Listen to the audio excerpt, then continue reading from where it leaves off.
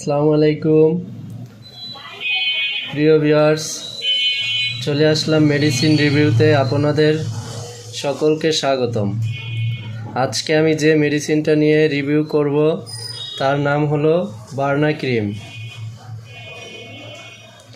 আমার আলোচনায় থাকবে ওষুধটি কেন সেবন ও ব্যবহার করা হয়, এর সাইড ইফেক্টগুলো কি কি এবং এর উপকারিতা কি ও ওষুধটির দাম কত, কি কি সতর্কতা অবলম্বন করতে হবে এই ওষুধটি ব্যবহার করার ক্ষেত্রে, কোনো উপকার পেয়েছেন কিনা তা আমাদের কমেন্টস বক্সে জানান। তো প্রিয় ভিউয়ার্স, চলে আসি মূল আলোচনায়। বার্না ক্রিম একটি ক্রিম। এটার গ্রুপ হচ্ছে সালফাডায়াজিন 1%। তৈরিকারক কোম্পানি হচ্ছে বাংলাদেশের বিখ্যাত একটি কোম্পানি স্কয়ার ফার্মাসিউটিক্যাল লিমিটেড। তো বার্না ক্রিমে রয়েছে 25 গ্রাম। এটার পার প্রাইস হচ্ছে 60 টাকা, অর্থাৎ একটি ক্রিমের দাম হচ্ছে 60 টাকা।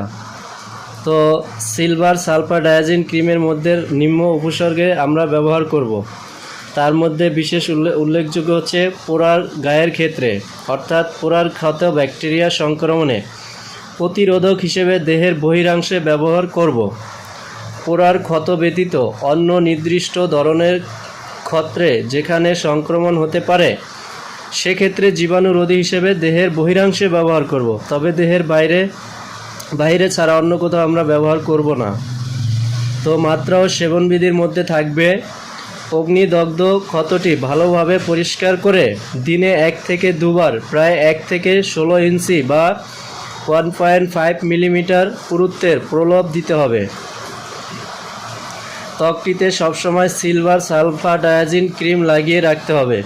যদি কোনো কারণে ক্ষতস্থান হতে ক্রিম সরে যায় তবে সেখানে পুনরায় সালফাডায়াজিন ক্রিম প্রয়োগ করতে হবে।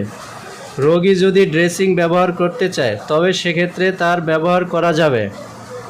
ক্ষতের সন্তোষজনক ক্ষয়পূরণ বা গ্রাফটিং করা যাবে এমন অবস্থায় না আসা পর্যন্ত এই ক্রিম প্রয়োগ করতে হবে। চিকিৎসকের পরামর্শ মোতাবেক ওষুধ সেবন করুন। তবে বার্না ক্রিমের কিছু পার্শ্ব প্রতিক্রিয়া রয়েছে, তার মধ্যে উল্লেখযোগ্য হবে কিছু রোগীর ক্ষেত্রে ক্ষণস্থায়ী লিউকোপেনিয়ার রিপোর্ট পাওয়া গিয়েছে। এছাড়া কিছু ক্ষেত্রে ত্বকের নেক্রোসিস, ইরাইথিমা মাল্টিফর্ম, ত্বকের অবর্ণনীয়তা, জ্বালার অনুভূতি, র্যাশ এবং অন্ধকোষীয় নেফ্রাইটিস দেখা দিতে পারে। এছাড়া তেমন কোনো পার্শ্ব প্রতিক্রিয়া বা সাইড ইফেক্ট নাই। গর্ভাবস্থায় অথবা স্তন্যদানকাল অবস্থায় এই ক্রিমটি বহিরাংশে ব্যবহার করা যাবে, ত্বকের বহিরাংশে। তো আমরা যে সতর্কতা অবলম্বন করব তার মধ্যে উল্লেখযোগ্য হচ্ছে যকৃত ও বৃক্কের স্বাভাবিক কার্যক্রম ব্যবহৃত হলে ওষুধটির নিষ্কাশন কমে যায়। সো আমরা এর ফলে ক্রিমটি ব্যবহার করার ক্ষেত্রে সতর্কতা অবলম্বন করব। ক্রিমটি সংরক্ষণে থাকবে হচ্ছে আলো আর্দ্রতা থেকে দূরে, মিনিমাম 30 ডিগ্রি সেলসিয়াস তাপমাত্রার নিচে রাখুন, শিশুদের নাগালের বাইরে রাখুন। ভিউয়ার্স, মনে রাখবেন যে কোনো ওষুধ ব্যবহার করার পূর্বে অবশ্যই একজন রেজিস্টারপ্রাপ্ত ডক্টরের পরামর্শ নিয়ে নেবেন। প্রিয় ভিউয়ার্স, সকলকে ধন্যবাদ দিয়ে আজকের ভিডিওটা শেষ করছি।